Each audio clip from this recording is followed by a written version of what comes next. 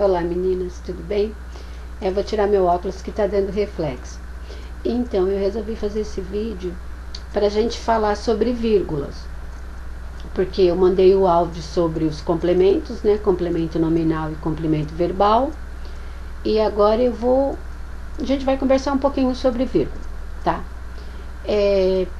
Primeiramente, a gente tem que ter em mente que a vírgula, ela é um sinal que vai determinar pausas na nossa oração, tá? E há casos específicos que nós devemos usar essa vírgula ou não. O primeiro deles é quando nós tivermos elementos sintáticos iguais, ou seja, eles exercem a mesma função sintática. Por exemplo, eu tenho uma enumeração de substantivos ou uma enumeração de conjunções ou de advérbios, enfim. E também quando eu posso listar, quando eu vou listar alguma coisa, eu uso vírgulas. Por exemplo, se eu digo comprei pão, café e leite, comprei pão, café, leite, tá? Sem a conjunção e por enquanto. Então eu vou colocar esses termos entre vírgulas. Quando eu digo também a flor, a planta e a árvore estavam secas, tá? Eu falei flor, planta, árvore. Todos esses três termos, todas essas três palavras são substantivos. Então, entre vírgulas. Se eu dissesse também Maria é boa, Maria é bondosa, Maria é bondosa, bela, educada. Também enumero, porque são elementos que fazem parte da mesma categoria sintática, ou seja, todos são adjetivos, ok?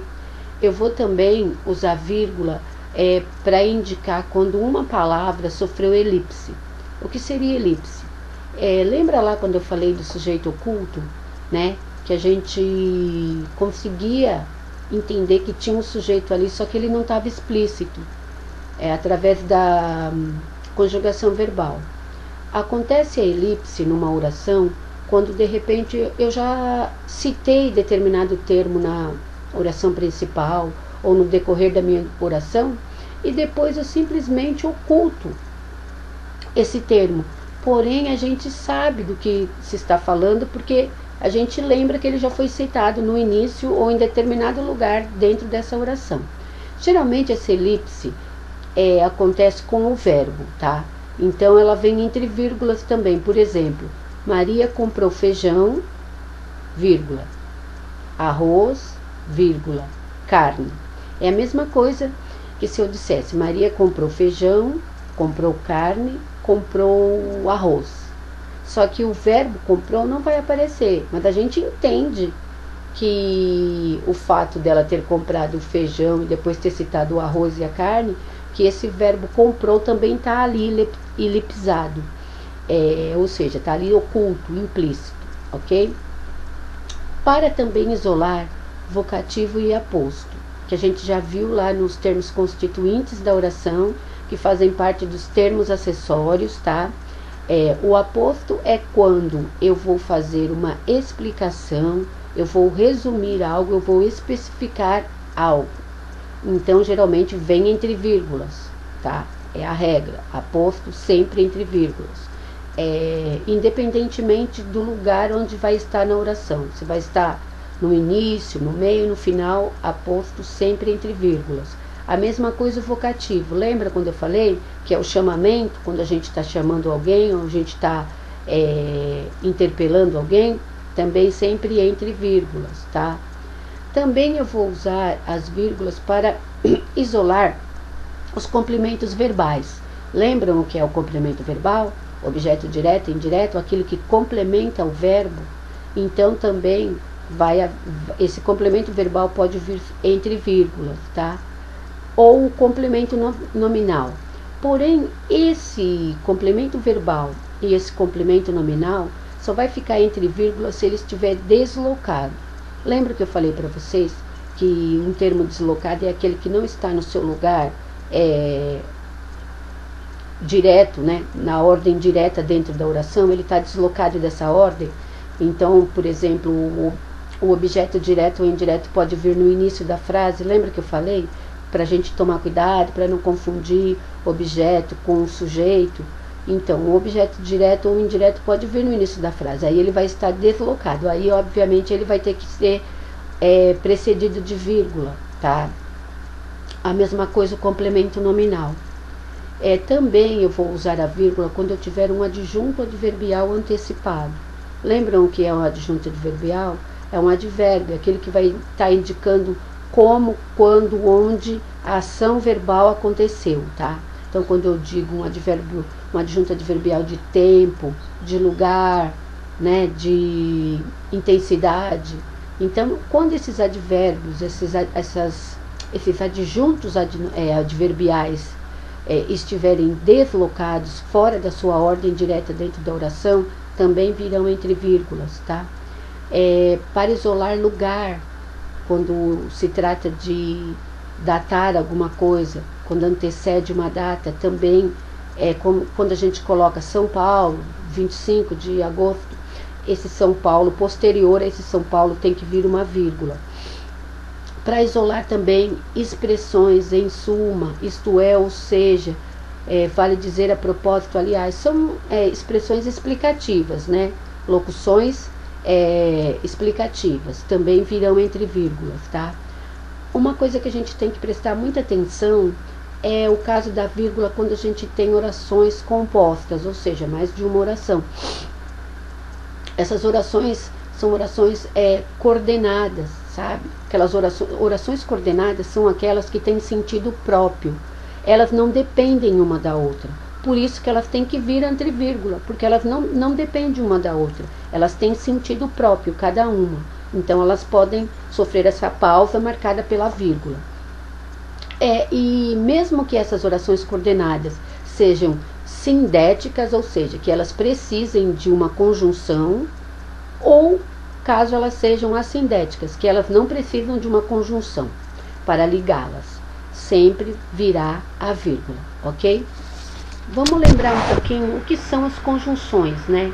Nós vamos ter aí 5 tipos de conjunções: conjunção aditiva, conjunção adversativa, conjunção alternativa, conjunção explicativa, tá? Na verdade são 4, falei, não tem a conclusiva, são 5 sim. Então, quando a gente tem conclusão aditiva, vai dar a ideia de adição, né? Adversativa, dá a ideia de oposição. Alternativa, dá a ideia de alternância, tá? Conclusiva, né? Óbvio, conclui uma ação, uma oração em si. E a explicativa vai explicar aquela oração, aquele fato. Essas conjunções, geralmente, elas que vão marcar as orações coordenadas, tá? Então a gente tem que tomar muito cuidado quando a gente vê um tipo desse, uma conjunção de um desses tipos, para a gente marcar com a vírgula, tá? Então as regras básicas para o uso da vírgula a gente usa a vírgula para separar termos que se podem listar e enumerar, para separar termos explicativos, tá? No meio da frase ou no início, né? Para separar lugar, tempo, modo, no início da frase, e para separar orações independentes, que foi o que eu acabei de falar no caso das orações coordenadas, tá? Há também um caso que preocupa um pouco, que a gente tem que tomar muito cuidado, que é o uso da vírgula antes da conjunção e. Como a gente tem a ideia de que conjunção e é uma conjunção aditiva, e a gente aprendeu que quando a gente está fazendo uma adição, não há necessidade de colocar vírgula, porque o e, a conjunção e já dá conta disso, mas a gente tem que tomar cuidado. Quando essa conjunção e vier marcando ideias opostas e adversas, ela pode sim ser precedida de vírgula. Por exemplo, quando eu digo chovia e fazia sol. Quer dizer, se chovia, não podia fazer sol, é uma coisa meio adversa, meio contrária. Então, antes dessa conjunção e, eu coloco uma vírgula, tá? A mesma coisa quando eu tenho orações coordenadas, tá? Que são 2 orações, porém cada uma tem o seu próprio sentido, elas não dependem uma da outra. E eu vou também marcar com vírgula. Por exemplo, Maria casou, Lia ficou solteira. Aí no caso eu coloco Maria casou e Lia ficou solteira. Antes dessa conjunção E eu também vou colocar a vírgula. Porque notem, Maria casou. Lembra quando eu falei que para a gente saber se a oração é composta, a gente tem que verificar quantos verbos há? Então aqui no caso, Maria casou, Lia ficou solteira. Então temos dois verbos. Então temos dois sujeitos, Maria e Lia. Então eu posso usar a vírgula antes da conjunção E, porque eu tenho dois sujeitos distintos com duas ações distintas. São duas orações. Também em frases em que eu vou usar repetição de conectivos, né, de conjunções. Então, por exemplo, eu falo Maria casou e divorciou e casou-se novamente. Então, essa repetição de conjunções e tem que ser marcada por vírgula também, ok? Bom, meninas, é isso. Eu deixei muito bem explicado no esquema que eu fiz para vocês, tá? Tem os exemplos lá e tem também a folha com os exercícios. Como eu fiquei de passar também o gabarito dos exercícios dos esquemas de concordância, verbal e nominal, eu vou deixar também para passar o gabarito do uso da vírgula junto, tá? Aí vocês deem uma lida no esquema, procurem fazer os exercícios e se quando estiverem elaborando, fazendo esses exercícios, sentirem que alguma coisa ficou muito confusa, não conseguiu entender, manda para mim alguma coisa no grupo, manda sua dúvida para a gente tentar sanar, ok? Porque eu quero eliminar esses 3 conteúdos assim, através de áudio e vídeo, e depois a correção dos exercícios, para que na próxima aula a gente possa passar diretamente para os novos conteúdos, ok? Espero que tenha ficado claro para vocês.